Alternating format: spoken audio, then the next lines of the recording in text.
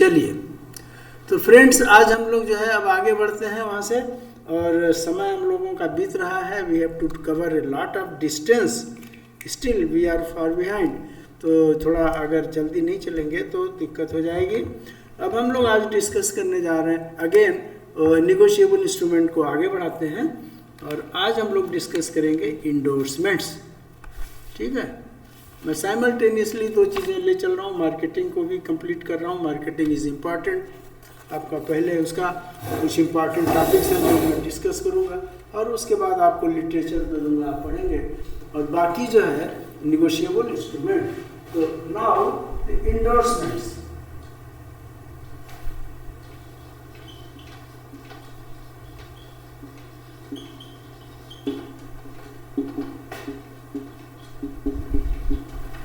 Endorsement जो है वो सेक्शन 15 में डिफाइंड है। ठीक है, तो बाकी तो कल हम लोगों ने काफ़ी कुछ म्यूटिलेशन अल्ट्रेशन से पढ़ा था। इंडोर्समेंट जो है सेक्शन इसमें डिफाइंड है। इंडोर्समेंट है क्या, डिफिनेशन भी हमने आपको बताया था सेक्शन 15 में है। सेक्शन 15 में अगर आप एक्ट देखेंगे तो वेरी कॉम्प्लिकेटेड। सिंपल तरीका ये है कि इसको जो है जो सिंपल इसकी मीनिंग है इंडोर्समेंट की, that means signing on the back और फेस। एक्ट में ये नहीं लिखा है कि पीछे ही दस्तखत का इंडोर्समेंट होगा, वो ऑन द फेस में लिखा होगा। ठीक है, लेकिन प्रैक्टिस में नहीं है, इसलिए हम इसको मिटा देते हैं। केवल आपके एकेडमिक नॉलेज के लिए बताया था। The back of the cheque, cheque के पीछे on a piece of paper, okay, attached to the check for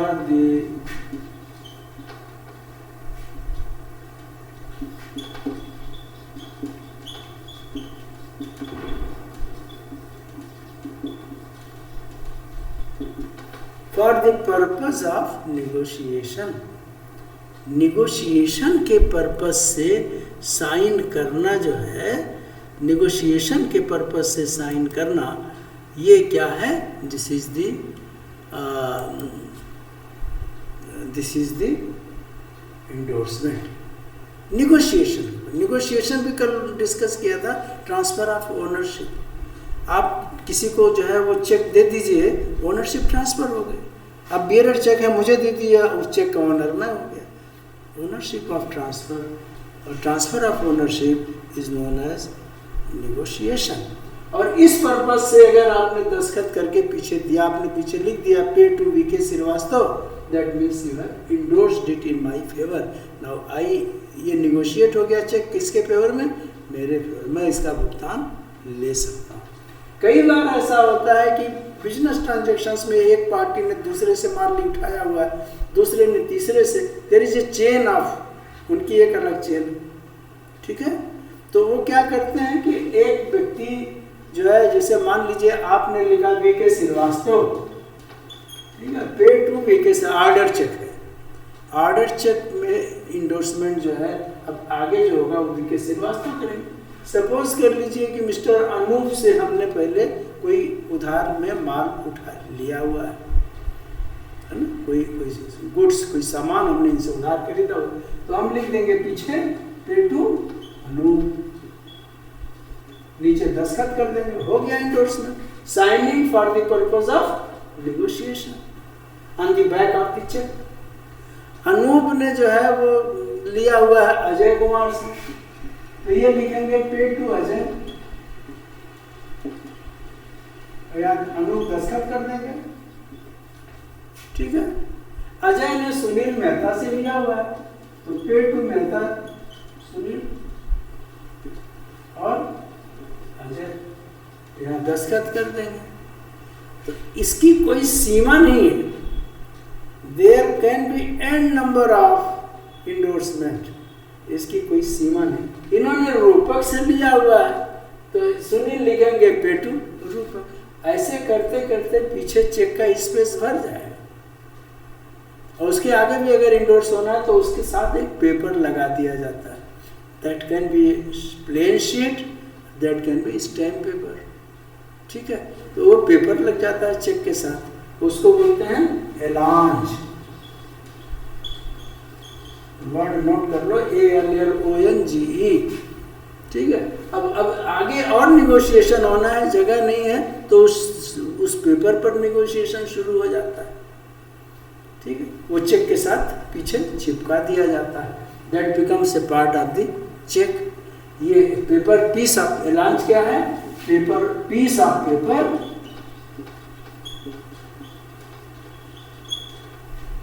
attached with the cheque, cheque के साथ अटैच हो जाता है। इंडोर्समेंट चेक होते चले जा रहे हैं, 10 आदमी इंडोर्स कर रहे हैं, 15 आदमी इंडोर्स कर रहे हैं, ठीक है। इसको क्या बोलते हैं, इसको बोलते हैं इंडोर्समेंट। क्लियर हुआ इंडोर्समेंट? बताओ, इसमें कोई डाउट हो तो आप एक बार फिर पूछ सकते हैं। मेरे ख्याल से क्लियर हो गया। इंडोर्समेंट क्लियर हुआ? कोई आवाज नहीं आ रही, बताइए। जी हाँ, ठीक है। हाँ, वेरी गुड। Yes sir.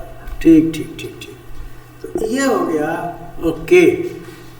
अब हम लोग देखते हैं इंडोर्समेंट कितने प्रकार के हैं, वो बड़ा इम्पोर्टेंट है। ओके, कौन नहीं आ रहा है? दीपक राज भी लेट हो रहा है, and then madam Kamini Kumari, she has not joined. चलिए, अब आते हैं डिफरेंट टाइप्स ऑफ इंडोर्समेंट्स। लोगों को पता नहीं यार, थोड़ा लेट कम्युनिकेशन हुआ।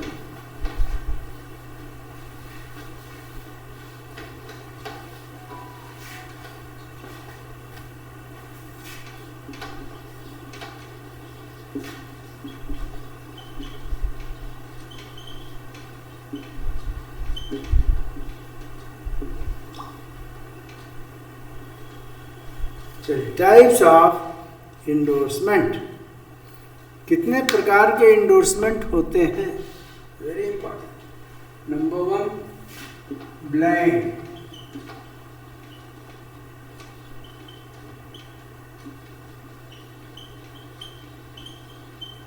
इंडोर्समेंट की हिंदी होती है पृष्ठांकन। अगर ये खाली है, खाली पृष्ठांकन, ब्लैंक इंडोर्समेंट। मैंने आपने चेक के पीछे, रूपक ने कोई चेक किसी ने इनको दिया है, वीके श्रीवास्तव ने एक चेक काट करके रूपक को दिया है, इन्होंने उसके पीछे क्या किया, दस्तखत कर दिया खाली, बस। कभी ऐसी गलती नहीं करना चाहिए। अगर इन्होंने बैक साइड में एक सिग्नेचर कर दिया, दैट मीन्स कि ये चेक इंडोर्स हो गया। खाली साइनिंग भी जो है इंडोर्समेंट की श्रेणी में आ जाता है। क्यों? क्योंकि अगर हमने इस चेक को जो है वो अगर हमें मिल गया और मैंने इसके ऊपर लिख दिया please pay to VK Srivastava, हो गया, कंप्लीट हो गया इंडोर्समेंट, ठीक है। तो जब खाली सिग्नेचर, अब वीके श्रीवास्तव ले, भले रूपक की ये इंटेंशन नहीं है कि इसका पैसा वीके श्रीवास्तव ले, ये किसी और का नाम लिखना चाहते थे, इन्होंने लिखा नहीं, खाली दस्तखत करके छोड़ दिया। अब खाली दस्तखत करके छोड़ दिया, इसके ऊपर कोई भी अपना नाम लिख सकता है।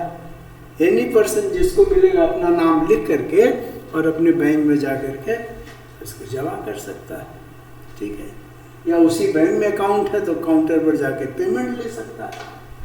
तो ये प्रॉब्लम इसमें, अगर चेक क्रॉस्ड नहीं है तो पेमेंट भी ले सकता है।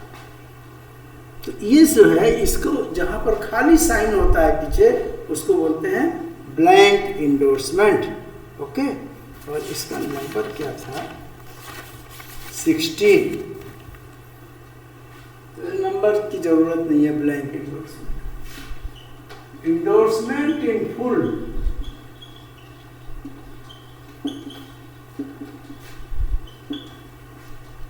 Endorsement in full. इसका मतलब क्या हुआ, जब आप अपने इंस्ट्रक्शंस लिख देते हो, पे टू रूपक,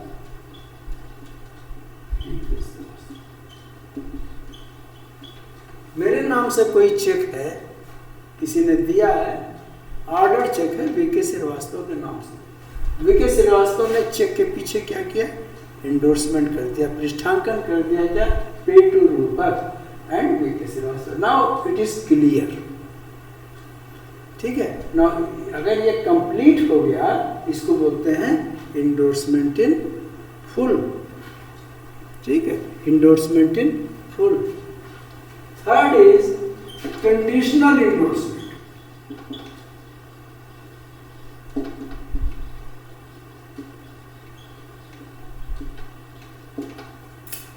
क्या है कंडीशनल इंडोर्समेंट?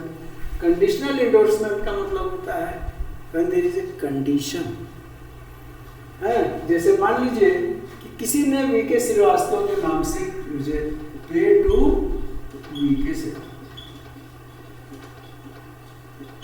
ये चेक के ऊपर लिखा हुआ है, चेक मेरे नाम से काट करके दिया किसी ने। Now this has become an order cheque, pay to VK.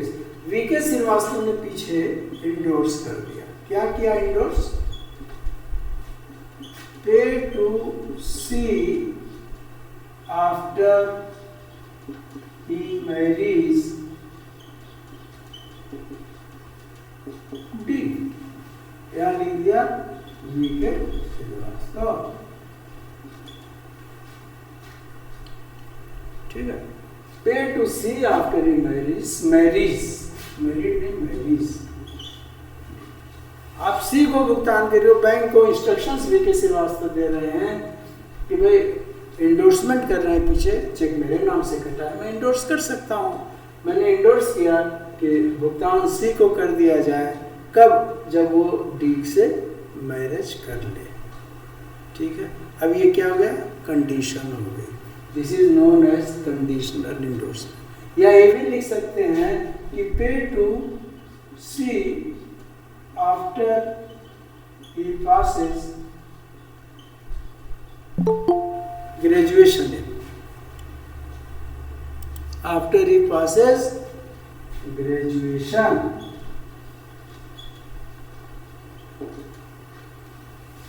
Graduation examination जो भी, कि अगर वो ग्रेजुएशन पास कर लेता है तब उसको भुगतान कर दिया जाए, कंडीशन है, दिस इज कंडीशन। अब सवाल ये है कि can a banker make payment of a conditional a cheque having a conditional endorsement. किसी चेक में अगर कंडीशनल इंडोर्समेंट है, कोई सशर्त पृष्ठांकन किया हुआ है या उसमें कंडीशंस हैं, तो ऐसे चेक का भुगतान आप करेंगे कि नहीं करेंगे? मान लीजिए कि हमने आपके पास कोई चेक आता है और उसके पीछे लिखा हुआ है, एग्जाम्पल लेते हैं कि मेरे नाम से इंडोर्स है, पे टू वीके श्रीवास्तव, ठीक है, pay to VKS after he passes graduation, okay. और ये जो है यहाँ पर डी है, जो है यहाँ पर सपोज कर लो ये कोई और इंडोर्सी था, यक्स था, यक्स ने यहाँ दस्तखत कर दिया, ठीक है। चलिए, तो ये जो है कोई और इंडोर्सी था, ये सपोज कर लो यक्स है, उसने दस्तखत कर दिया, ठीक है। अब ये चेक आपके पास आ गया, वीके श्रीवास्तव लेकर के आ गए कि इसका भुगतान हमको कर दीजिए। नाउ ही सेज कि pay to VK Srivastava after passes graduation, तो पे कौन हो गया? वीके श्रीवास्तव हो गए इस चेक के, इनको भुगतान प्राप्त करना। तो ये आपके पास आ गए कि इसका भुगतान कर दीजिए। अब आप क्या करेंगे, भुगतान करेंगे कि नहीं हमको करेंगे? ये कंडीशनल चेक है, कंडीशन लगी हुई कि जब ये ग्रेजुएशन कर ले तब इनको भुगतान किया जाए। बताइए, ऐसे ही सोच के बताइए, अप्लाई योर कॉमन सेंस।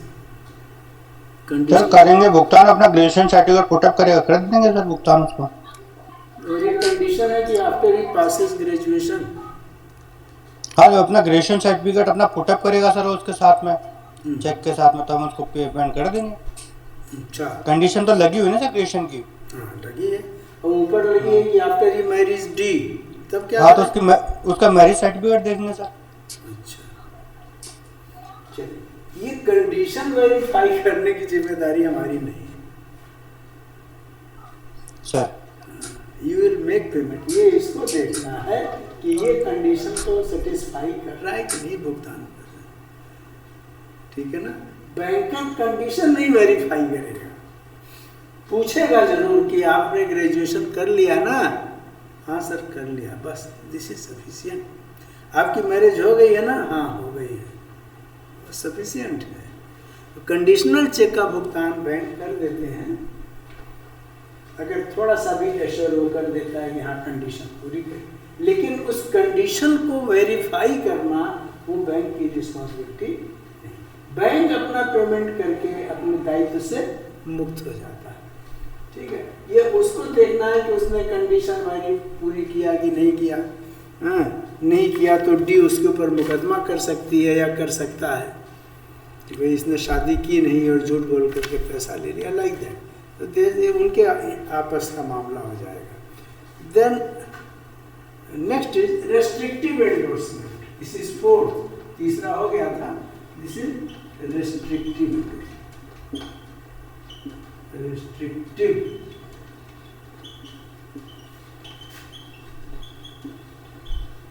अवरोधक पृष्ठांकन है, ये रेस्ट्रिक्ट करता है, ठीक है।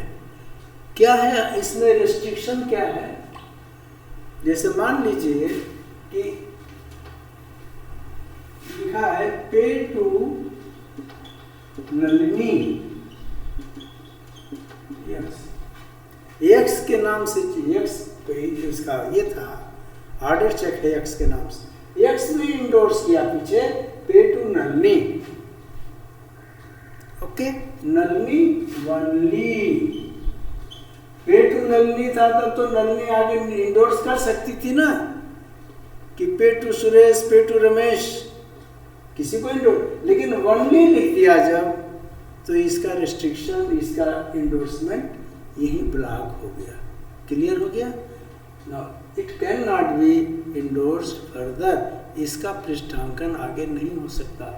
वनली जो पेई जो है इस चेक का, पहले जो पेई था, इंडोर्सर जो है वो ये चाहता है कि ये नलिनी को ही पैसा मिले, उसके आगे किसी को ना मिले, तो उसने लिख दिया pay to Nalini.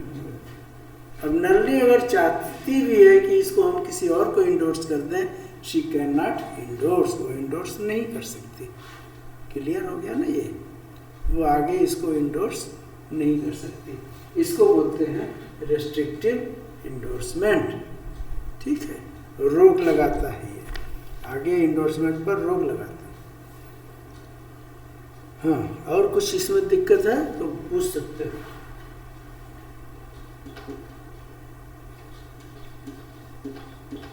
Endorsement sans recourse,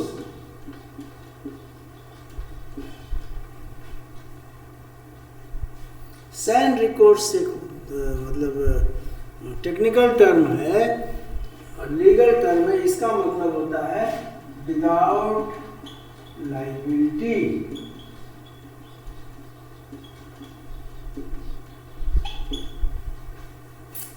बिना किसी जिम्मेदारी के। इंडोर्समेंट सैन रिकोर्स,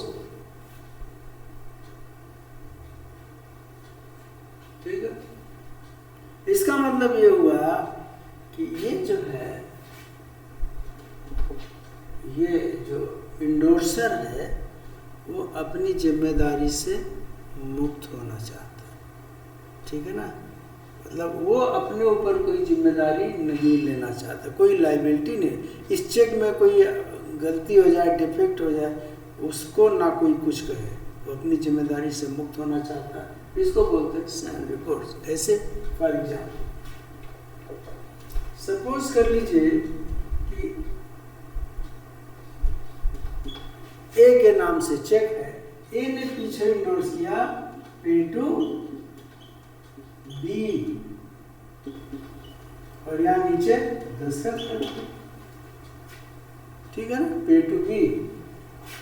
बी ने लिखा पे टू सी, दस्तखत कर दिया।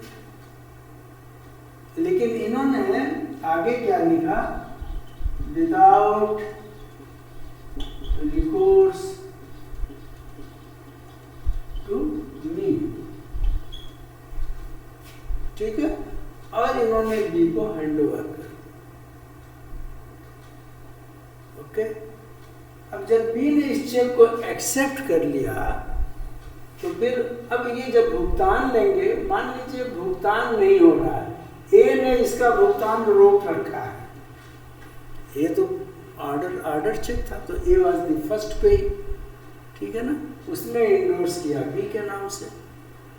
अब जो ड्रार था उसने क्या किया, in the mean time bank में इस चेक का पेमेंट स्टॉप कर दिया, किसी कारण से, कोई भी वजह हो सकती है, उसने स्टॉप कर दिया, ठीक है। ए से उसको कुछ माल मिलना था, ए ने नहीं दिया, स्टॉप कर दिया। ए ने आगे बी को इंडोर्स, चेक तो आगे ट्रेवल कर रहा है, लेकिन इसने बैंक में अपने इस चेक के भुगतान को स्टॉप कर दिया। अब बी जो है जब भुगतान लेने जाएगा बैंक में, तो चेक का तो पेमेंट स्टॉप्ड है, ओके, तो ये सी से पैसा लेगा, क्योंकि सी ने इसको चेक दिया है, तो फिर सी से कहेगा यार ये चेक तो इसका भुगतान हुआ नहीं, तो आप इसका पैसा हमको दो, ओके। लेकिन इसने क्या लिखा है, विदाउट रिकोर्स टू मी, मतलब हम अब अपने को मुक्त कर रहे हैं, मुझसे मतलब नहीं, आपको चेक लेना हो तो ले लो, इन्होंने एक्सेप्ट कर लेना, is free from his liabilities. तो बी जो है वो सी जो है वो बी से पैसा नहीं ले पाए। क्लियर हो गया कि नहीं क्लियर हो? सी किसी भी सूरत में बी से पैसा नहीं ले पाए। अगर इस तरह का इंडोर्समेंट है, बोलो, अगर कोई डाउट हो तो पूछ सकते हो। साइन रिकोर्स टर्म से बहुत लोगों को कंफ्यूजन होता है, ठीक है। ये हमने आपको एक एग्जाम्पल बताया कि अगर इसने लिखा है कि विदाउट रिकोर्स टू मी, तो फिर पे जो है लास्ट इंडोर्सी, इंडोर्समेंट में इसको इंडोर्सी बोलते हैं, और इसको बोलते हैं इंडोर्सर, जिसको भुगतान प्राप्त होना, लास्ट इंडोर्सी। अगर ये इंडोर्सी आगे इंडोर्स कर देगा तो ये इंडोर्सर हो जाएगा, और जिसके नाम से आगे पृष्ठांकन किया है, इंडोर्समेंट किया, वो फिर इंडोर्सी हो जाएगा।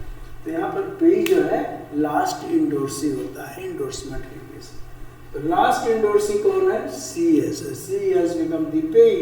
अब ये जो है बी से पैसा जो है वो वसूल नहीं पाए, ठीक है। बी ने जो चेक दिया उसने कहा कि हम अब इसकी जिम्मेदारी नहीं लेते, ओके। तो ये जो है दिस वाज द इंडोर्समेंट सेल रिकोर्स। अब नेक्स्ट हम लोग आएंगे और वो है सिक्स्थ, क्या था,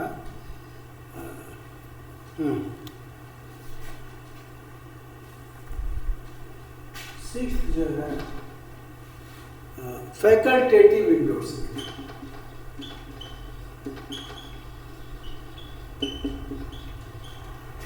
फैकल्टेटिव इंडोर्समेंट, ठीक है।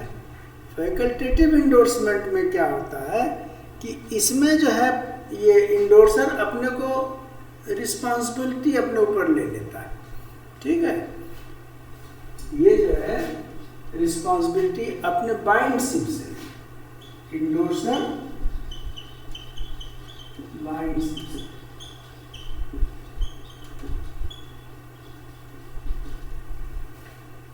ठीक है। यहाँ पर क्या था कि अपने को मुक्त कर लिया था। सैन रिकोर्स और फैकल्टेटिव पर सवाल आ जाते हैं। आपको खाली ये जानना है कि सैन रिकोर्स में वो अपने को अपनी लाइबिलिटीज से अपने को डिस्चार्ज कर लेता है। In case of sans recourse वो अपने को मुक्त कर लेता है, ठीक है।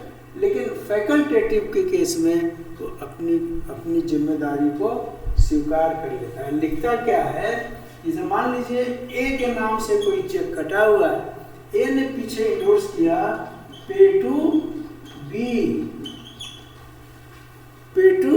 बी, ठीक है, और यहाँ दस्तखत कर दिया ए। ओके, नाउ बी ने लिखा pay to C, notice of dishonour, ये एग्जाम्पल जरूर नोट कर लीजिएगा, वेट, और यहां दस्तखत कर दिया बी। ओके, दस्तखत कर दिया बी। ये नीचे ड्रार बी के श्रीवास्तव है, इन्होंने ए के नाम से चेक काटा, ए ने पीछे इंडोर्स किया पे टू बी, ओके, और फिर बी ने इंडोर्स किया पे टू सी, लेकिन इन्होंने आगे लिख दिया dishonour wait, notice of dishonour wait, दस्तखत कर दिया। ठीक है, अब क्या होगा कि सपोज कर लीजिए हमने अपने बैंक को कहा ये चेक बी को मिल चुका है, और हमने अपने बैंक को कहा कि भैया इस चेक का भुगतान नहीं करना है, तो हमने उनको स्टॉप पेमेंट कर दिया। ठीक है, इसको बोलते हैं पेमेंट काउंटरमैंडेड, काउंटरमैंड करने के लिए बैंक को इंस्ट्रक्शन दे दिया इसका पेमेंट मत करिए। ठीक है, उस केस में बी जो है क्या करेगा कि वो सी को भुगतान करेगा, हालांकि बी को जो है भुगतान नहीं, सी को भुगतान बैंक से नहीं मिला अगर, तो बी जो है अपने को बाइंड कर लेता है नोटिस ऑफ डिसऑनर। ऐसे केस में अगर सी को भुगतान नहीं मिलता है तो सी को कोई नोटिस देने की, डिसऑनर की नोटिस देने की बी को जरूरत नहीं है। बी ये कह रहा है हम आपको पैसा दे देंगे। नोटिस ऑफ डिसऑनर वेट का मतलब है कि आपको कोई लिखा पढ़ी नहीं करनी, अगर पैसा बैंक से नहीं मिला तो भी हम आपको पैसा दे देंगे, ये आश्वासन देता है उसे। अगर किसी कारण से इस चेक का भुगतान नहीं होता है, even then I will give you, आपको इसको डिसऑनर की नोटिस हमको देने की जरूरत नहीं है। I will make good, I will pay you the amount. In case आप बैंक आपको भुगतान नहीं करता है, मैं आपको भुगतान करूंगा। ओके, इसको क्या बोलते हैं? इसको बोलते हैं फैकल्टेटिव इंडोर्समेंट। ठीक है, तो 6 प्रकार के इंडोर्समेंट होते हैं, ये आपकी बुक में भी है और हम लोगों ने इसको डिस्कस किया। इसमें अगर कोई चीज़ पूछनी है तो आप पूछ सकते हो, नहीं तो हम लोग आगे बढ़ेंगे। ठीक है, 1 मिनट के लिए ब्रेक कर रहा हूँ। कोई भी चीज़ पूछनी है इसमें रिस्ट्रिक्टिव, फैकल्टेटिव, तो एक बार आप पूछ सकते हो। ओके, चलिए आगे बढ़ते हैं। फिर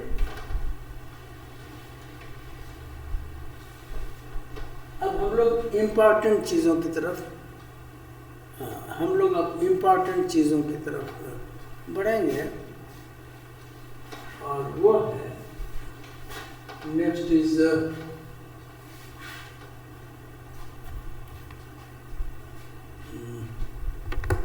रूपक है।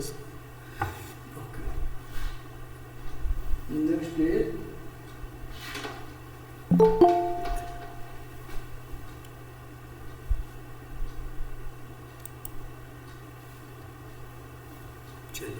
अब हम लोग जब इम्पॉर्टेंट से और आगे बढ़ते हैं तो very important part, protection to paying banker.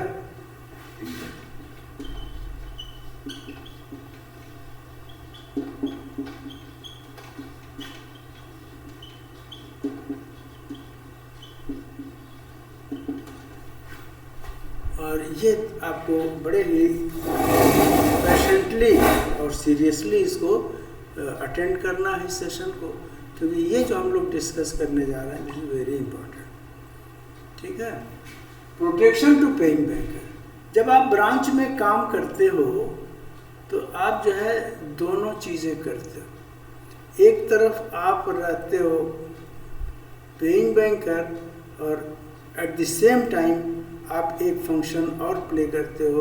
वो किसका प्ले करते हो? कलेक्टिंग बैंकर का। गलतियां दोनों केस में हो सकती हैं। किसी चेक को कलेक्ट करने में भी गलती हो सकती है आपसे, किसी गलत अकाउंट में क्रेडिट कर सकते हैं, ठीक है। या फिर आप जो है जब पे करते हैं कोई चेक, चाहे कैश पे करें चाहे वो क्लियरिंग में प्रेजेंट हो रहा है और आप उसका अकाउंट डेबिट कर रहे हैं, इन आइदर केस आप पेइंग बैंक कर रहे हैं, वहाँ गलतियाँ हो सकती हैं। तो गलतियाँ जब होंगी तो लॉ ने हमको निगोशिएबल इंस्ट्रूमेंट एक्ट में जो है वो प्रोटेक्शन भी दिया है। वो प्रोटेक्शन कौन से हैं, किस किस सेक्शन में आपको प्रोटेक्शन मिलता है, ये जानना हमारे लिए बड़ा इम्पोर्टेंट है, ठीक है। सबसे पहले नोट करते हैं सेक्शन 85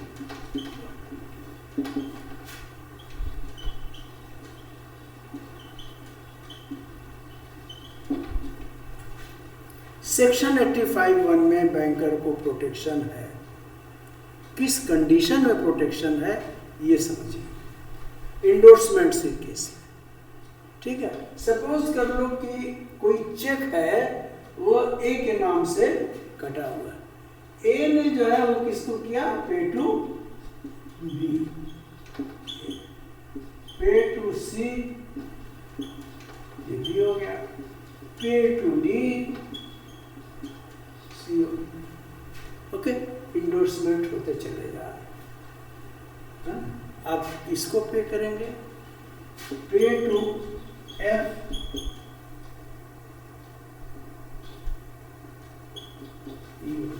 किसको अब लास्ट में एफ लेकर के आया आपके पास, लास्ट में अब आपके पास चेक लेकर के एफ आया, आप एफ को भुगतान करोगे कि नहीं करोगे, बोलो। Last endorsee is F, last endorsee को ही पे ही बोलते हैं इंडोर्समेंट के केस में, है ना। बाकी तो जितने पे ही थे सब इसको आगे बढ़ाते गए, इंडोर्सर हो गए, तो लास्ट इंडोर्सी अब बचता है। Now you will have to make payment to you, है। लेकिन ये सारे इंडोर्स इसमें देखना क्या है, क्या सबकी जेन्युइननेस वेरीफाई करनी पड़ेगी, क्या करना पड़ेगा, ये चीज़ बहुत इम्पोर्टेंट। अब ऐसे केसेस में जहाँ पर इंडोर्समेंट्स हैं वहाँ पर बैंकर अगर मान लीजिए कि किसी ने कोई चेक चुराया है और आगे बढ़ा दिया, इंडोर्स कर दिया, किसी ने कोई चेक चुराया हुआ था किसी से, ये सी जो है, ये बी जो है वो जेन्युइन बी नहीं है, वो कोई और है, उसने वो चेक चुरा करके और बी का नाम से दस्तखत करके और सी को आगे दे दिया, सी से कोई सामान खरीदा और सी को दे दिया, okay. B is not a genuine person, C को दे दिया, सी ने आगे बढ़ा दिया, डी को, डी ने एफ को, इस तरह से इंडोर्समेंट हो गया। तो आपको क्या देखना है इसमें ये थोड़े देखना है कि कौन चुराया है, कौन जेन्युइन है, कौन इनजेन्युइन है, ये तो हमारी जिम्मेदारी है नहीं। ये सब देखना कि कौन सही है कौन गलत है, ये सब हमारी जिम्मेदारी नहीं है देखना, ठीक है। हमें देखना क्या है एज ए बैंकर, जब एफ आएगा आपके पास, ठीक है, तो आप ये देखोगे कि इंडोर्समेंट जो है वो रेगुलर, एफ आपके पास भुगतान लेने आएगा और अपने बैंक में जाएगा ना तो इसका अकाउंट होगा। अगर ये बियरर नहीं है तो इसको ये कैश चेक, कैश भी ले सकता है लास्ट इंडोर्सी जो है, या फिर अपने अकाउंट में जमा भी कर सकता है उसको क्रॉस करके, अगर ये क्रॉस्ड नहीं है तो। अगर ये क्रॉस्ड है तो अपने अकाउंट में जमा कर देगा, और अगर क्रॉस्ड नहीं है ओपन जगह तो भुगतान भी ले सकता है काउंटर पर जाकर के अपने बैंक में जहाँ उसका अकाउंट है। अब पेइंग बैंकर को उस समय देखना क्या है कि इंडोर्समेंट जो है रेगुलर है कि नहीं है, ठीक है। रेगुलर में सीक्वेंस है कि नहीं सही, सीक्वेंस जो है वो है कि नहीं, प्रॉपर है कि नहीं है, इस केस में बताओ रेगुलर है कि नहीं है। ए ने चेक काट के दिया बी को, ठीक है, ए के नाम से चेक था और ए ने क्या किया है कि बी के नाम से इंडोर्स कर दिया, ओके। बी ने किसको इंडोर्स किया, सी को इंडोर्स किया। सी ने किसको किया? डी को किया। डी ने किसको किया? बताइए। डी ने एफ को किया सर। हैं? डी ने तो किया ही नहीं सर। और एफ चेक लेकर के आ रहा है, तो ये इंडोर्समेंट रेगुलर है कि नहीं है? नहीं है सर, रेगुलर नहीं है सर। अगर आपने ऐसे चेक का भुगतान कर दिया एफ को, तो आप प्रोटेक्टेड नहीं है, क्योंकि मिसिंग है, एक कड़ी इसमें मिसिंग है। बैंकर को, पेइंग बैंकर को इससे मतलब नहीं है कि ये सही है, ये सिग्नेचर सही, वो सिग्नेचर कैसा भी हो, आपके पास रिकॉर्ड थोड़े एक बीच वाले इंडोर्समेंट से, और ना आपको उसका कोई मतलब है। हाँ, पूछने पर अगर आपने, जब आप पेमेंट करते हो, पेमेंट इन ड्यू कोर्स करते हो, तो आप पूछेंगे भाई ठीक है ना, कहाँ से मिला, कैसे मिला। बा अगर आपको शक नहीं हो रहा है तो आप भुगतान कर रहे हैं, लेकिन ये तो देखिए ना कि रेगुलर है कि नहीं, ए से लेकर के एफ तक रेगुलर है कि नहीं है। ए, इसमें कितनी पार्टियां हो गई? A B C D E, इतने इंडोर्सर हो गए, और लास्ट इंडोर्सर हो गया एफ। 5 इंडोर्सर हैं, पांचों हैं कि नहीं? यहाँ पर केवल 4 है। That means this is irregular. और ऐसे चेक का भुगतान हम नहीं करेंगे, ठीक है ना। तो इंडोर्समेंट में सेक्शन 85 में बैंकर को प्रोटेक्शन तब मिलेगा जब ये सुनिश्चित करेगा, इंश्योर करेगा कि endorsements are regular, there is no irregularity in the endorsement. Endorser जो है फर्जी है, जेन्युइन है कि फोर्स्ड है, this is not our concern. हाँ, अगर पता चल जाता है कि कहीं बीच में गलती, कोई फोर्जरी हुई है, तब भुगतान रोक सकते हैं, अदरवाइज गुड फेथ में आप कर सकते हो, ठीक है। You are protected. Next is the section 85(2). Okay, section 85(2). अब सपोज कर लो कि पीकेएस ने ए को चेक दिया, ए ने इंडोर्स किया पे टू बी, ओके, बी ने लिखा पे टू सी, इन्होंने लिखा pay to D. Endorsement is regular, no problem.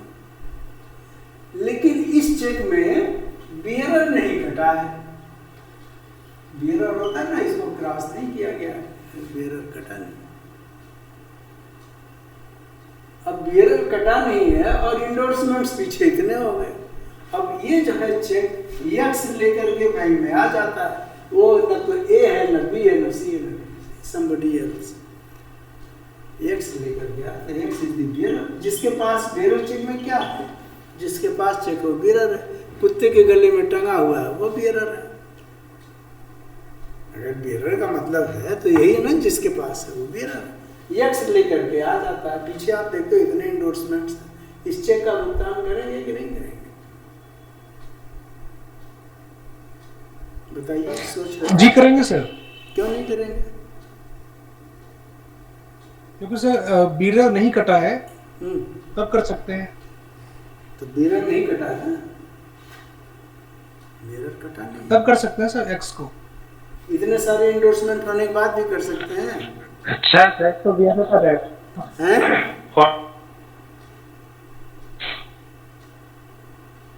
इतने इंडोर्समेंट के बाद भी करेंगे? सर बियरर चेक किसी को भी करना पड़ेगा sir. Bearer is always bearer. Yes, 85 में 1 से बियरर, ऑलवेज बियरर।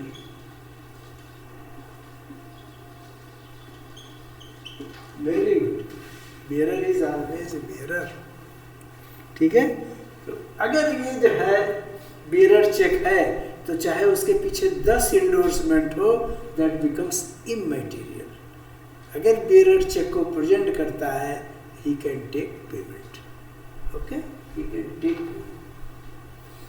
तो ये इसमें जो है सेक्शन 82 में अगर किसी बेरर इंस्ट्रूमेंट का आपने भुगतान किया है, तो 85(2) में अगर किसी बेरर चेक का भुगतान किया है तो भी आप उसको जो है आप प्रोटेक्टेड हैं, चाहे उसमें इंडोर्समेंट्स हैं या नहीं है तो कोई बात ही नहीं, अगर इंडोर्समेंट्स हैं भी तब भी आप प्रोटेक्टेड हैं। सेक्शन 85A,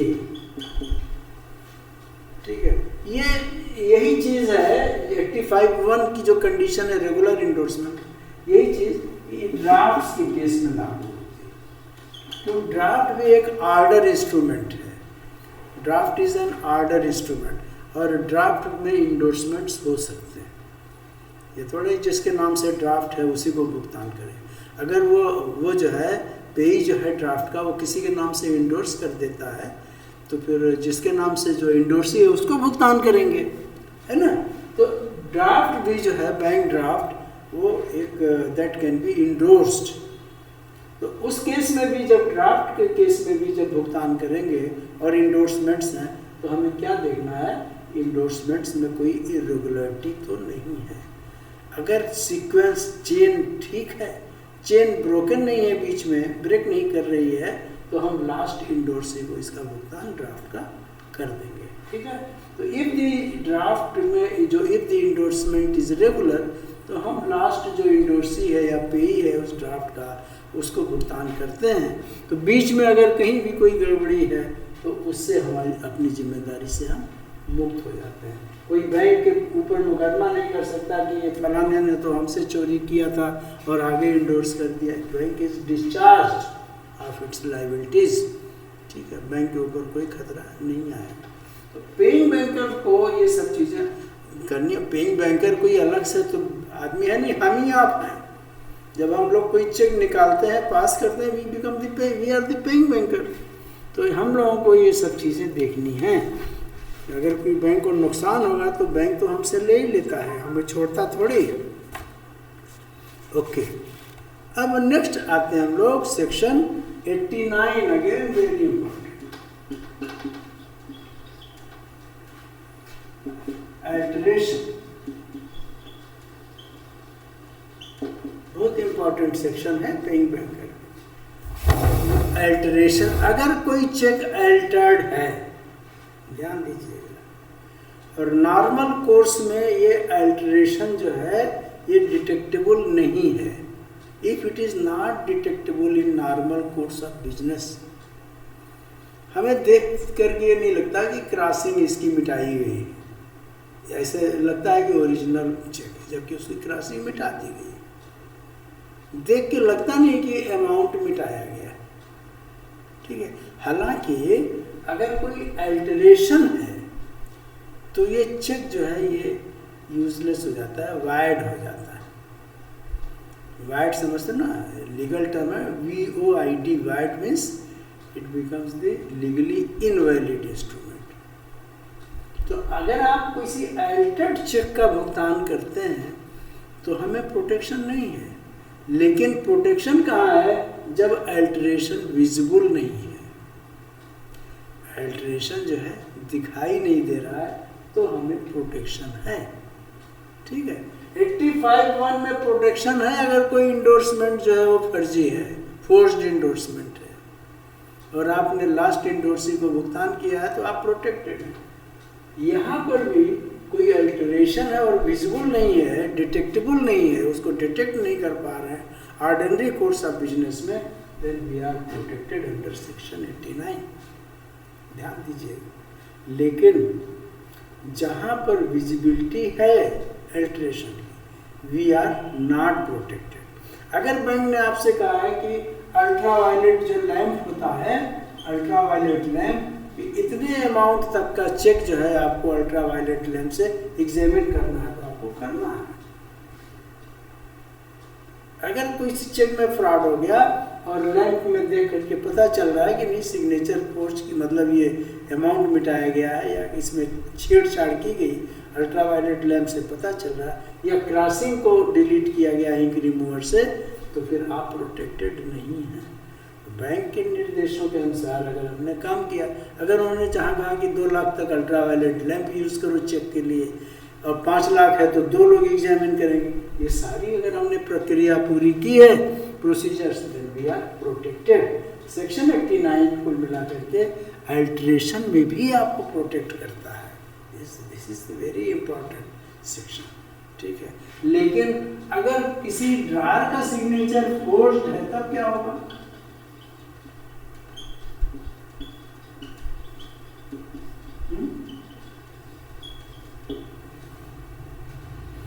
अगर किसी ड्रार का सिग्नेचर ही फोर्स्ड है तब क्या होगा?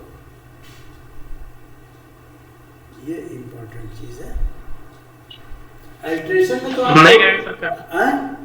प्रोटेक्शन मिलेगा इसको? यहाँ प्रोटेक्शन मिलेगा कि नहीं मिलेगा? नहीं मिलेगा। आप कितना ही कहें कि सिग्नेचर नहीं है, तो सिग्नेचर हो वो ऐसे मिल रहा है। अगर ड्रार का सिग्नेचर फोर्स्ड है, we are not protected, no protection. Drawer कहने में ये कोर्ट को अगर वो कन्विंस कर लेता है कि साहब मैं तो था नहीं, या ये मेरा सिग्नेचर नहीं है, सर्कमस्टांसेस उसके प्रूव होते हैं, then we are not protected.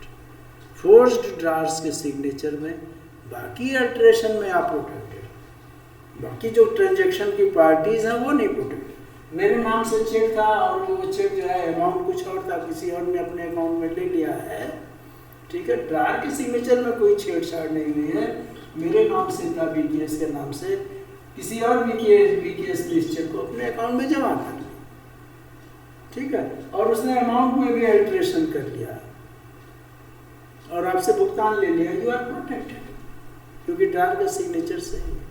अब हम जो ओरिजिनल बीके श्रीवास्तव है वो ये इनके आपस का मैटर है तो इंस्ट्रूमेंट ये इनवैलिड, बैंक प्रोटेक्टेड है तो इंस्ट्रूमेंट इनवैलिड है, तो ये बीकेएस जो है उसका भुगतान नहीं ले सकता है। लेकिन अगर लिया है तो ये इनसे वसूल सकता है, ये इनके आपस का मैटर, ठीक है। ला इनको जो है एम्पावर करती है कि इससे पैसा ले, ला जो है इस बीके से, ओरिजिनल बीके श्रीवास्तव को एम्पावर करती है कि ये जो है डुप्लीकेट बीकेएस से पैसा वसूल ले, लेकिन बैंक इज प्रोटेक्टेड। तो सेक्शन 89 का ये जो है यहाँ पर हमेशा दिमाग में रखिए कि यही हमारा बिजनेस रिस्क है, very great risk that bank is carrying. अगर सिग्नेचर ड्रार का फोर्स्ड है, ठीक है, तो फिर हमें कोई प्रोटेक्शन अवेलेबल नहीं है, चाहे कितना ही वो उससे मिलता जुलता। Then next is section 128 crossing.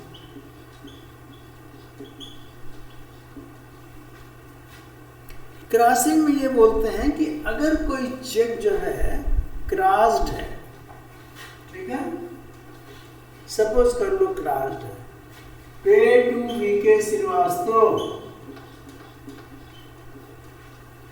Crossed है, और बीके श्रीवास्तव आपके पास आए हैं और इन्होंने जो है, अब आप इस चेक को क्या करोगे? बीके श्रीवास्तव ने इंडोर्स कर दिया मिस्टर सुशील को, इंडोर्स कर सकते हैं। इस चेक को भुगतान कैसे करना है? इस चेक का भुगतान सुशील के अकाउंट में करेंगे, यही था ना, सुशील के अकाउंट में इसका भुगतान करेंगे, तो जिस जो पेई है उसके अकाउंट में जाएगा। क्रॉस चेक का तो इंडोर्समेंट हो सकता है, इंडोर्समेंट में थोड़ा कोई रिस्ट्रिक्शन है, लेकिन जो लास्ट इंडोर्सी है, जो पेई है, बैंक को क्या देखना है कि उसके अकाउंट में ये चेक का भुगतान हो, ठीक है। अगर इस चेक का भुगतान इसके अकाउंट में हुआ है तो पेइंग बैंकर इज सेफ, ठीक है, पेइंग बैंकर इज सेफ। अगर इस सर एक जानकारी चाहिए थी, लेकिन सुशील जो है वो रमेश के अकाउंट में नहीं जमा कर सकता। अगर आपने रमेश के अकाउंट में लिया then you are not safe. हाँ बताइए सर। एक जानकारी ये कि जो पेई है अगर किसी को इंडोर्स करता है तो उनके साइन का वेरिफिकेशन हम कर सकते हैं क्या? नहीं करेंगे, नहीं करेंगे। Thank you sir. State bank का चेक है और इंडोर्स्ड है और आपका कस्टमर अपने अकाउंट में जमा करना चाहता है और लास्ट इंडोर्सी है, तो आप लोगे नहीं उसको। आप ये थोड़े देखने जाओगे कि बीच में कौन कौन कहाँ कहाँ रहता है और उसका दस्तखत उसके बैंक के रिकॉर्ड में जाके चेक करेंगे, ऐसा थोड़े करेंगे। ठीक है ना। सेक्शन 85(1) यही तो आपको प्रोटेक्शन देता है। आपको खाली ये देखना इंडोर्समेंट रेगुलर है कि नहीं, बस। अब उसमें लिखा है सैंड रिकॉर्ड्स और ये सब आपस की उनकी आपस की डीलिंग है, उससे बैंक को कुछ लेना देना नहीं। कंडीशनल इंडोर्समेंट ये पार्टियों के आपस का है कंडीशन, हमें इससे क्या लेना देना। सैंड रिकॉर्ड्स है कि फैकल्टेटिव है, ये वो लोग जाने जो चेक एक्सेप्ट कर रहा है उसको देखना है। सैंड रिकॉर्ड्स है कि मतलब गलती कुछ हो गई तो ये तो उससे उसके ऊपर मुकदमा नहीं कर सकता, उससे पैसा नहीं ले सकता, तो उनको आपस में देख। लेकिन अगर रेस्ट्रिक्टिव इंडोर्समेंट है, पे टू नलनी वलनी, और नलनी ने जो है वो सुशीला के नाम से इंडोर्स कर दिया, आप सुशीला को भुगतान कर दें तो आप यू आर नॉट प्रोटेक्टेड, क्योंकि इंडोर्समेंट ही रेगुलर हो गया। ये पे टू नलनी वलनी मतलब कि आगे रेस्ट्रिक्टेड है, ये रेस्ट्रिक्टिव इंडोर्समेंट, तो वनली शब्द से ही मतलब बदल गया। ये चीज़ बैंकर को देखनी होती है। ठीक है। और इसी प्रकार से सेक्शन 128 भी बहुत इंपॉर्टेंट सेक्शन है। वो ये कहता है कि भाई अगर कोई चेक क्रॉस्ड है तो बैंक जो है पेइंग बैंक अगर उस अकाउंट में पैसा देती है तो सेफ है, कोई प्रॉब्लम नहीं है। ठीक है। जिस नाम से जो पेई जो लास्ट पेई है उसके अकाउंट में देती है तो सेफ। बीच वाले कुछ भी करते रहे, ये चोरी करके ले गया, ये क्रॉस्ड है, हमने उसके अकाउंट को पैसा दिया, दैट्स ऑल। और अगर स्पेशल क्रॉसिंग है और चेक आपके पास आया हुआ है और स्पेशल क्रॉसिंग है, कलेक्ट किसी और बैंक से हुआ है, सपोज कर लो कि SBI लिखा हुआ है, तो पेइंग बैंकर क्या करेगा, पेइंग बैंकर जो है वो स्टेट बैंक को भुगतान करेगा। अगर गलती से इसने PNB को भुगतान कर दिया और खाते में पैसा नहीं गया पेई के, तो फिर पेइंग बैंकर इज रिस्पॉन्सिबल। ठीक है। Paying banker has to ensure कि ये पैसा जो है जिस बैंक से ये प्रेजेंट हुआ है उसी बैंक को पैसा जाए। उसके बाद वो SBI उसको कहाँ ले जाएगी कहाँ नहीं ले जाएगी, ये उसकी जिम्मेदारी, हमारी जिम्मेदारी नहीं है। ठीक है। तो that we have to ensure जिस बैंक का इंडोर्समेंट है उसी बैंक को ही पैसा जाना चाहिए। जिस बैंक की क्रॉसिंग है सर उसको बोलते हैं स्पेशल क्रॉसिंग। जब बैंक की क्रॉसिंग हो जाती है तो उसको स्पेशल क्रॉसिंग बोलते हैं, उस बैंक को जाना चाहिए। ओके। अब मान लो कि 2 मुहर लगी हुई है, SBI भी लगी हुई है और PNB भी लिखा हुआ है, और आपके पास आ गया है प्रेजेंट, आप किसको भुगतान करोगे, PNB को कि SBI को? किसको भुगतान करेगा? 2 स्पेशल क्रॉसिंग है इस पर चेक के ऊपर, सर दोनों में से किसी एक में कर देंगे, किसी एक में कर देंगे, तो इस चेक का भुगतान आप नहीं करोगे, फिर 128 में आपको प्रोटेक्शन नहीं मिलेगी। जब तक कि एक बैंक ये ना लिखे कि हमने इसको एजेंट अपॉइंट किया है, या तो SBI PNB लिखे कि SBI is appointed as agent.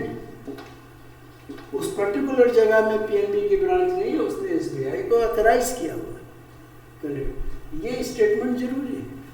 जब तक कि एक बैंक दूसरे को ऑथराइज नहीं करेगा इन राइटिंग, तब तक पेइंग बैंकर दोनों में से किसी को भुगतान नहीं करेगा। क्लियर हुआ? तो अगर 2 बैंक का मोहर लगा हुआ है, आपने किसी एक को कर दिया और कोई गलती हो गई तो हमें कोई प्रोटेक्शन उसमें नहीं मिलने वाला है। ये चीज़ ध्यान में रखना पड़ेगा। ठीक है। We are not protected at all. चलिए ये हो गया। तो ये था हम लोगों का जो है प्रोटेक्शन टू पेइंग बैंकर। अब लाइबिलिटीज़ टू पेइंग बैंकर, ये तो प्रोटेक्शन था कि हमको कहाँ कहाँ प्रोटेक्शन मिल रहा है किस किस परिस्थितियों में, लेकिन इसी प्रकार से लाइबिलिटीज़, आपकी लाइबिलिटीज़ क्या,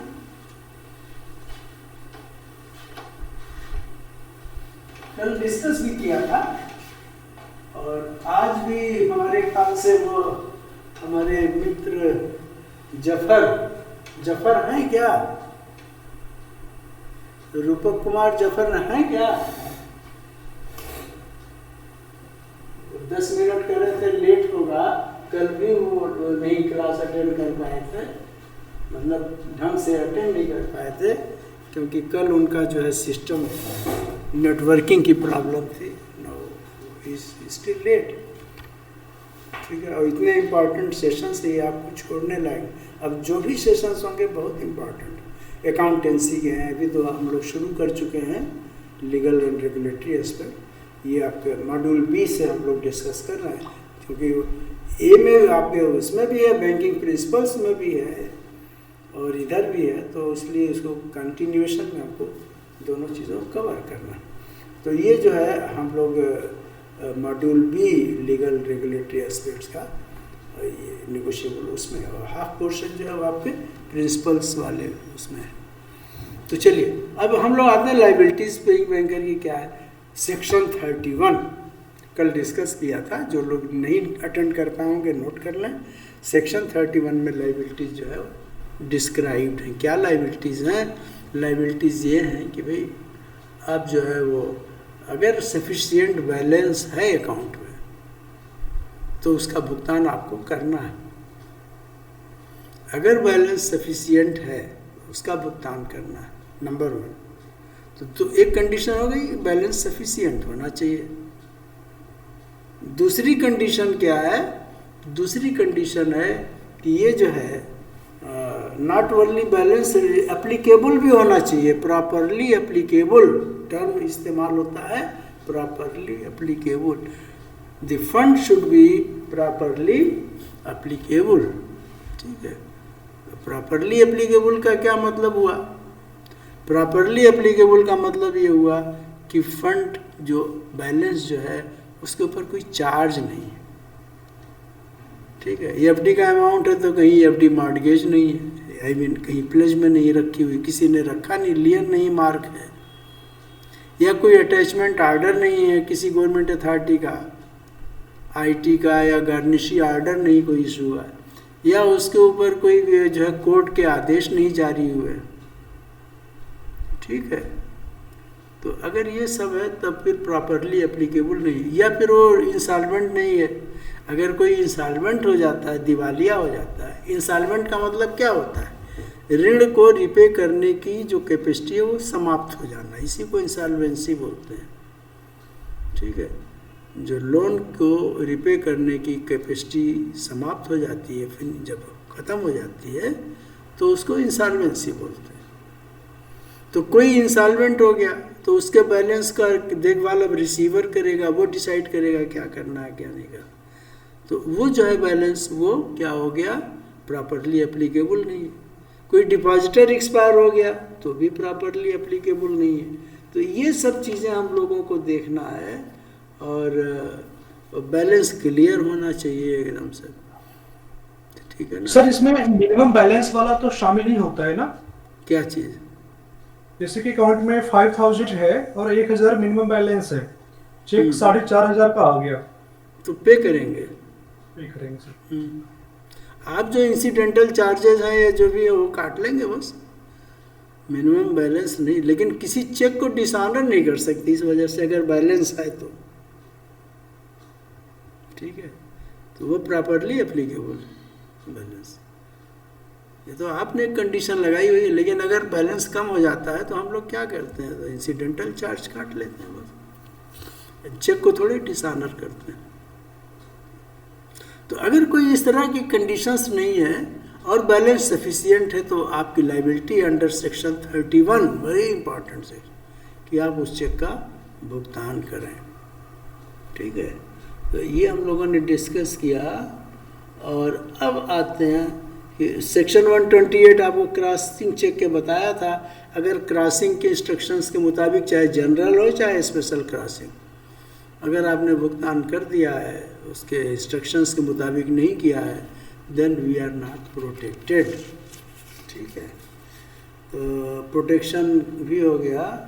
अब आते हैं protection of a forged cheque, forged endorsement in a bearer cheque. तो प्रोटेक्शन अगर जो है कोई फोर्ज्ड इंडोर्समेंट है तो उसमें आपको प्रोटेक्शन है, प्रोवाइडेड जो आपने प्रोटेक्शन इन ड्यू कोर्स किया। अब ये तो इतने सेक्शन हो गए, और इस सब के ऊपर एक जो बड़ा सेक्शन है प्रोटेक्शन टू पेइंग बैंकर में, दैट इज सेक्शन 10। मैं लिख नहीं रहा हूँ, लेकिन आप नोट कर लीजिए। सेक्शन 10 इन ऑल केस जो है प्रिवेल करता है।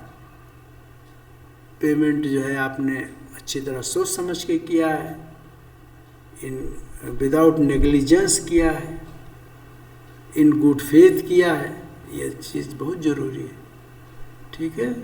विद इन बैंकिंग आवर्स किया है, एज पर अपरेंट टेनर जो देखने में पढ़ने में लग रहा उसके मुताबिक किया है, तब आप जो है प्रोटेक्टेड है।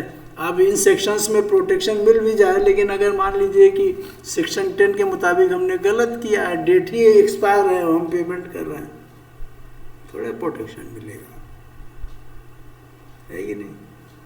क्रॉस्ड है और फिर भी हम जो है वो जिसके नाम से चेक है उसके बजाय किसी और के उसमें कर रहे हैं, प्रोटेक्शन नहीं मिलेगा। तो ये चीज़ बहुत ज़रूरी है। सेक्शन 10 को भी इंश्योर करना है। सेक्शन 10 क्या है? Payment in due course. Payment in due course है, ये भी हमें endorse, without negligence and in good faith. अगर कहीं से शक शुबा हो गया, किसी ने बता दिया, तो पूरी इंक्वायरी करना हमारा फर्ज बन जाता है, फिर हमें प्रोटेक्शन नहीं मिलेगा। अगर ये साबित हो जाता है, कोई कह देता है कि साहब हमने तो इनको पहले ही बता दिया था कि गड़बड़ी है इसमें। लोन में होता नहीं, लोग बता देते हैं साहब इस पार्टी को ना लोन दीजिए, फिर भी लोन हो जाता है, तो कहते हैं कि देखिए हमने मना किया था। इसी प्रकार से डिपॉजिट अकाउंट्स में भी कई लोग कई बार आपको खबर कर देते हैं पहले से ही, ये चेक का भुगतान सोच समझ के करिएगा, तो इसका मतलब है हमको वहाँ पर अलर्ट रहना। तो वो विदाउट नेग्लिजेंस नहीं होगा, फिर विद नेग्लिजेंस हो जाएगा। वहाँ पर हमको प्रोटेक्ट अपने को संभाल के रखना है, ध्यान से उसका भुगतान करना। अदरवाइज तो फोर्स्ड इंडोर्समेंट में आप प्रोटेक्टेड हैं ईश्वर की दया से। अगर जो है वो ड्रार का सिग्नेचर सही है तो ठीक है, ड्रार का सिग्नेचर गलत है तब तो कोई बचा नहीं सकता। अब आते हैं हम लोग कि क्रॉसिंग। ओके, कौन कौन क्रॉसिंग कर सकता है ना? क्रॉसिंग कौन कर सकता है? Any holder can cross a cheque, उसको अल्टरेशन नहीं मानेंगे। ध्यान दीजिए, पिछले साल इस पर खूब सवाल आए थे, RRBs में पर्टिकुलरली बहुत सवाल आए थे प्रमोशन से। जो चेक को जब क्रॉस करते हैं तो कोई भी होल्डर उसको क्रॉस कर सकता है, कोई जरूरी नहीं कि ड्रार ही क्रॉस करे, ठीक है। इसी प्रकार से कोई चेक क्रॉस्ड है तो लास्ट पे ही जो है जो इंडोर्सी है वो उसको नॉट निगोशिएबल भी उसके ऊपर लिख सकता है, ठीक है, और अकाउंट पे ही भी लिख सकता है। तो अकाउंट पे का मतलब क्या हो गया कि अकाउंट पे जो है किसी सेक्शन में डिफाइंड नहीं है, ये ध्यान में रखना है। अकाउंट पे किसी भी सेक्शन में डिफाइंड नहीं है, ये एक प्रैक्टिस है। अकाउंट पे का भी मतलब है जिस अकाउंट में चेक जारी हुआ उसी अकाउंट में उसका भुगतान होना है। ये नहीं कि VK श्रीवास्तव के नाम से चेक है और VK श्रीवास्तव उसको आपको पेइंग स्लिप में भर के दे रहे हैं कि इस चेक को, डिपॉजिट स्लिप जो होती है चेक की उसमें लिख करके दे रहे हैं HK श्रीवास्तव के अकाउंट में जमा कर, उनका अकाउंट नंबर लिख रहे हैं। You can not do it, ठीक है ना। ये सब चीज़ें देखनी है। चलिए, तो ये फोर्जरी भी हम लोगों ने डिस्कस कर ही लिया है, तो उसमें अब ज़्यादा सोचना नहीं है। और ड्रार के सिग्नेचर में फोर्जरी जो है वो सोचने वाली बात है। बाकी अगर फोर्स्ड इंस्ट्रूमेंट है और अगर गुड फेथ में और फोर्जरी समझ में नहीं आई है और आपने कर दिया विदाउट नेग्लिजेंस, यानी सेक्शन 10 की सारी कंडीशंस को इंश्योर करते हुए भुगतान कर दिया, तो फिर ये फोर्जरी वगैरह जो है वो कंसर्न पार्टियों के बीच का इशू हो जाए, बैंकर अपनी जिम्मेदारी से मुक्त हो जाता है। नाउ डिसऑनर ऑफ चेक, किन किन केसेस में डिसऑनर हो सकता है, ठीक है, किन किन केसेस में डिसऑनर हो सकता है। देखिए, नंबर 1, डेथ ऑफ कस्टमर। अगर कस्टमर का डेथ हो गया है तो उसका भुगतान रोक देना है।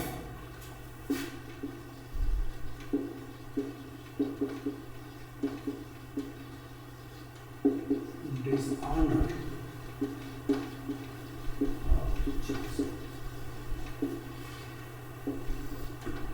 किन सूरत में, कंडीशंस में चेक को डिसऑनर कर सकते हैं? बैंक करेगा, ठीक है। तब जबकि कस्टमर की डेथ हो जाए। सपोज कर लो कोई पार्टनरशिप फर्म है ना, पार्टनरशिप फर्म में सिग्नेटरी थे ए एंड बी, दो पार्टनर्स थे, ओके।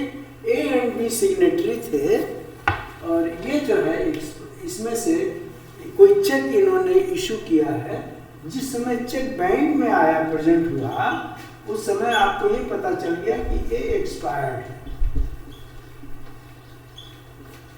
चेक है पार्टनरशिप फर्म के नाम से, लेकिन एक पार्टनर एक्सपायर हो गया, एक सिग्नेटरी उसका एक्सपायर्ड है।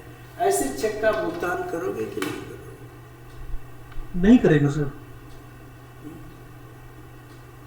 और बताइए, मेहरा जी बताइए, करेंगे कि नहीं करेंगे? पार्टनर सर चेक की डेट देखें कब से कटा है सर?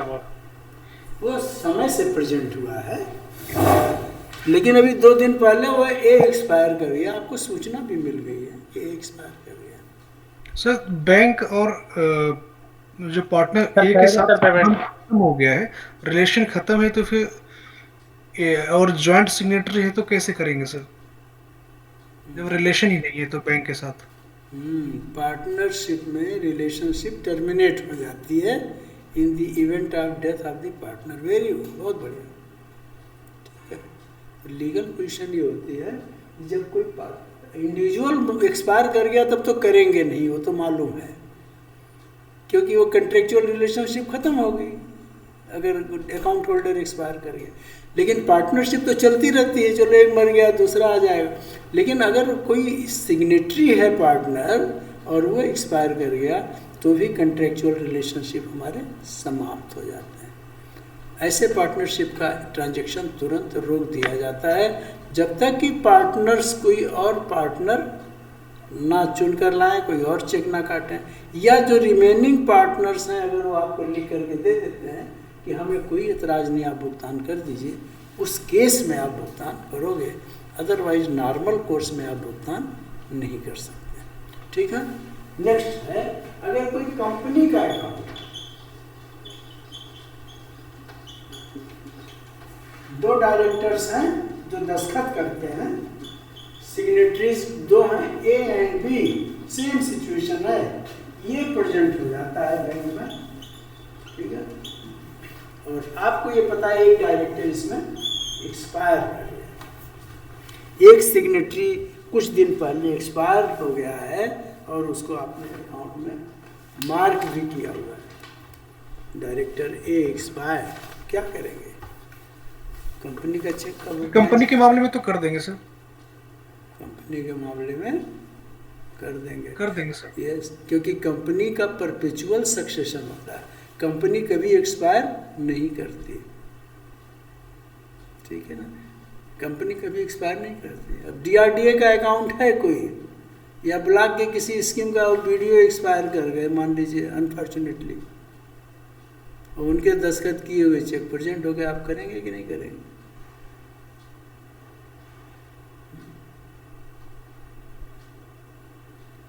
करेंगे सर, करेंगे, क्योंकि वो उनका स्वरूप नहीं बदलता है। ऐसे अकाउंट स्वरूप किसका बदलता है? ट्रस्ट का। ध्यान में रखना, ट्रस्ट के केस में आप अगर ट्रस्टी एक्सपायर कर गया है और ट्रस्टी सिग्नेटरी भी है तो आप उसका भुगतान नहीं करेंगे जब तक कि वो ट्रस्ट डीड फिर से नहीं बन जाती।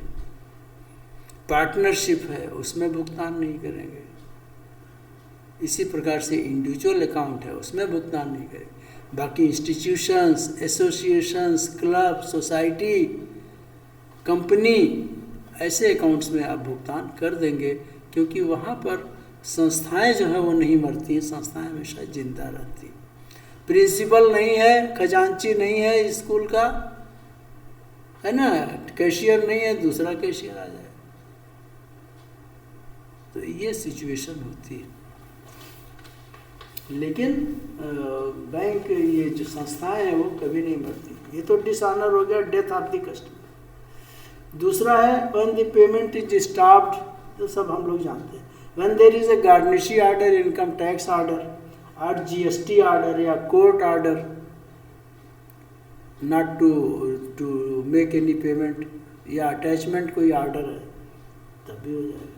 या बैंक को सेट ऑफ करना है, बैंक का अपना ड्यूज है, ऐसे केसेस में आप चेक को डिसऑनर कर सकते हैं। मतलब करेंगे, कर नहीं सकते, कर देंगे, भुगतान नहीं करेंगे, ठीक है। अरे हम ही को पैसा लेना है तो हम कैसे कर दें?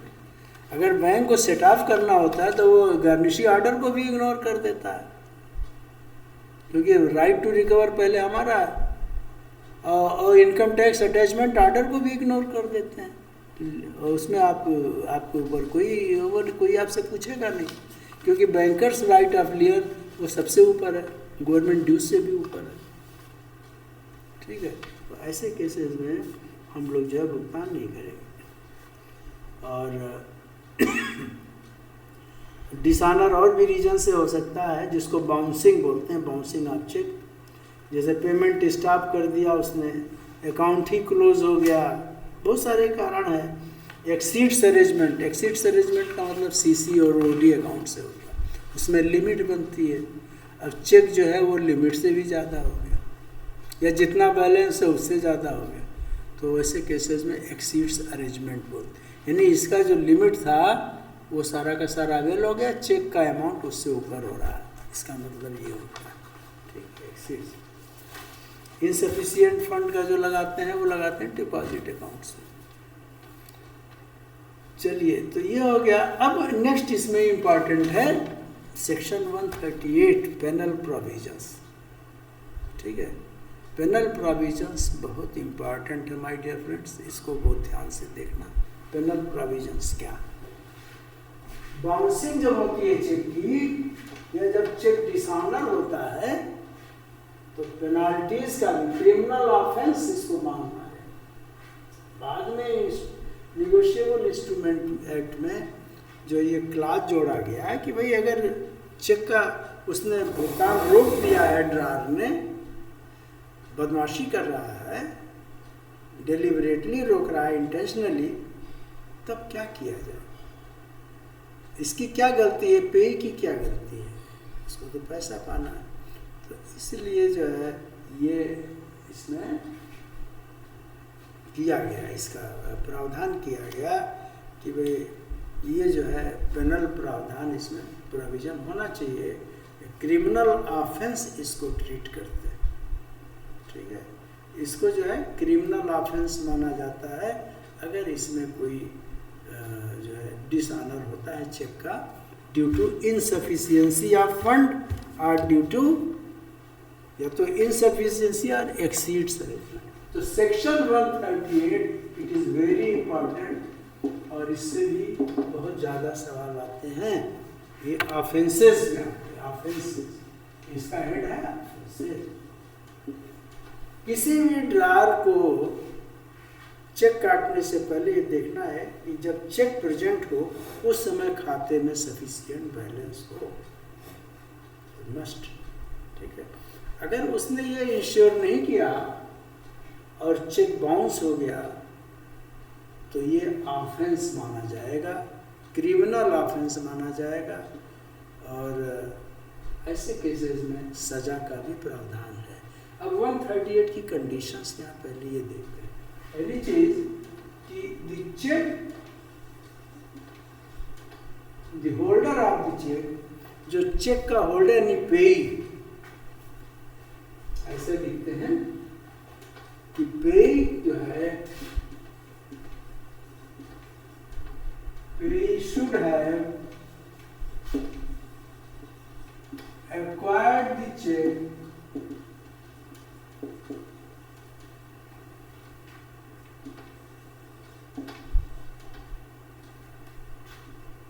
for discharge of liabilities.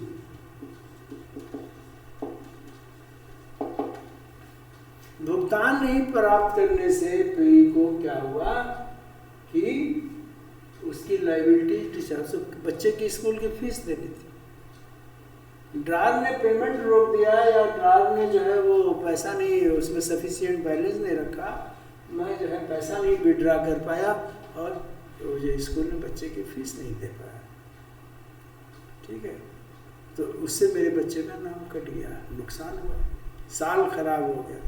या फिर इस पैसा नहीं निकल पाया, पे को पैसा नहीं मिल पाया, इसकी वजह से इसका बिजनेस का कॉन्ट्रैक्ट जो है वो टूट गया, बिजनेस कमिटमेंट ये पूरा नहीं कर पाया और ये इसका बिजनेस कमिटमेंट जो है वो ब्रेक हो गया, ठीक है, जिसकी वजह से इसका कॉन्ट्रैक्ट जब लंबा कॉन्ट्रैक्ट था वो कॉन्ट्रैक्ट खत्म हो गया और वो जो है उसकी वजह से इसको इतना नुकसान हुआ। तो ये चेक का जो भुगतान है ये किससे रिलेटेड होना चाहिए?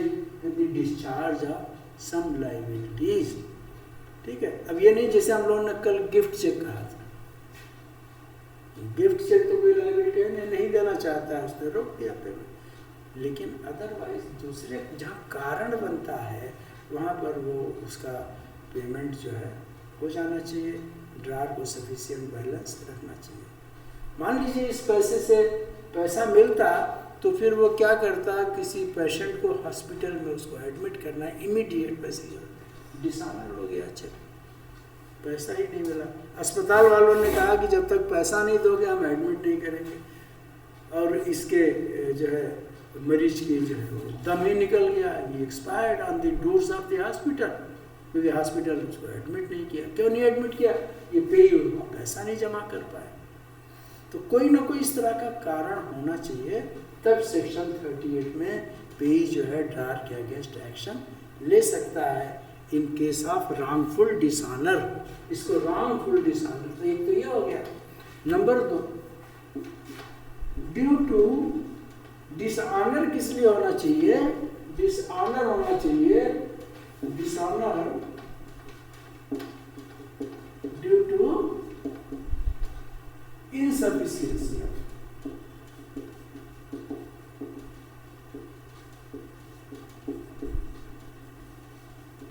कोई और टेक्निकल रीजन है तब नहीं होगा।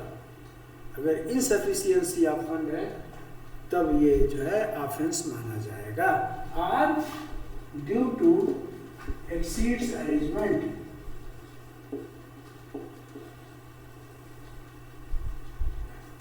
मैंने आपको बताया कि ये CCOD अकाउंट्स में एक्सीड्स तब ये माना जाएगा, ठीक है। ऐसे केसेस में चेक का डिसऑनर मतलब अगर होता है तो under section 38 payee can go to court and request for recovery, ठीक है। अब इसका प्रोसेस क्या है, इसमें डेट्स और ये चीज़ें बड़ी इंपॉर्टेंट हैं। जब चेक डिसऑनर हो जाता है, ठीक है, तो फिर बैंक उसको एक क्या देती है, मीमो, रिटर्निंग मीमो देते हो कि नहीं चेक के साथ, रिटर्न चेक के साथ, बताइए कोई मीमो देते हैं कि नहीं? देते हैं। डिसऑनर्ड चेक में आप एक मीमो देते हो, that is returning memo, cheque के साथ लिखते हो किस रीजन से डिसऑनर। बैंकर को, हालांकि इसमें बैंकर का कोई रोल नहीं, बैंकर को अगर ड्यू टू इनसफिशियंसी है उसमें स्पष्ट लिखना पड़ेगा, क्योंकि यही कारण बनेगा इसको कोर्ट को केस को एक्सेप्ट करने के लिए। So memo is very important from 138 section 138 point of view, and that memo should be signed under full signature. Signature जो है ऑफिशियल, जो भी अथराइज्ड ऑफिशियल है उसका होना चाहिए अंडर फुल सिग्नेचर। तो डिसऑनर जो है ये चेक हो गया मीमो के साथ। जब इसको मिलेगा तो इस रिटर्निंग के, देखिए रिटर्निंग के 30 डेज के अंदर, रिटर्निंग के 30 डेज के अंदर मतलब जो रिटर्न हुआ चेक, तो जब वो पे को वापस मिल गया चेक, ठीक ना, बैंक ने वापस किया, तो जिस दिन उसको रिटर्निंग की जो मेमो की डेट है उसके 30 डेज के अंदर पे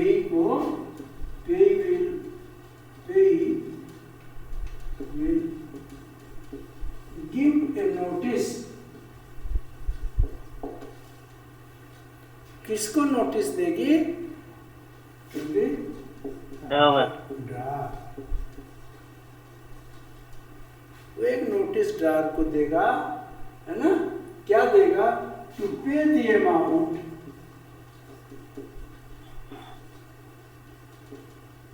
विदिन कितने दिन, 15 days of receipt of notice, days note कर लेना।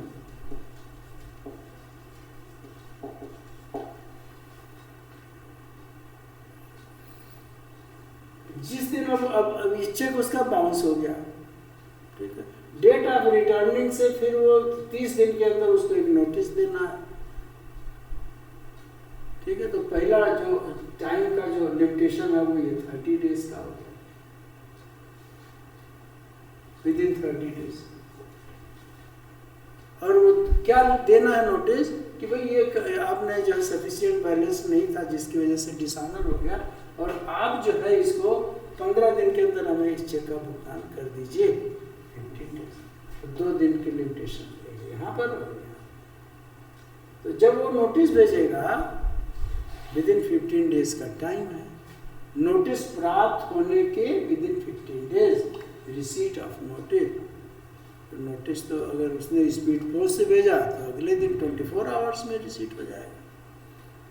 एक दिन और मान लो, तो डेट ऑफ नोटिस जो है उसे 2 दिन रख लीजिए नोटिस के सर्विसिंग में, 2 डेज। 15 तारीख का कोई नोटिस है 15 अक्टूबर का, तो 17 अक्टूबर को मान लो कि उसको मिला है, ड्रार को रिसीव हो गया, तो यहाँ से 15 डेज इसके अंदर उसको जो है पैसा दे देना, ठीक है। एक कैलकुलेशन, एक अंदाज से कैलकुलेशन चलती है। अगर उसने पैसा नहीं दिया 15 डेज के अंदर, या लिख करके कहा कि हम नहीं देंगे, या खामोश हो गया, कोई जवाब नहीं दिया, तो फिर काज ऑफ एक्शन एराइज हो जाता है, ठीक है। यहाँ से फिर 15 दिन जोड़ेगा वो, तो 15 दिन मान लो कि 31 अक्टूबर पड़ता है, या 1 अक्टूबर पड़ता है, 1 नवंबर पड़ता है, ठीक है। 15 तो 1 तारीख से काज ऑफ एक्शन एराइज हो जाता है,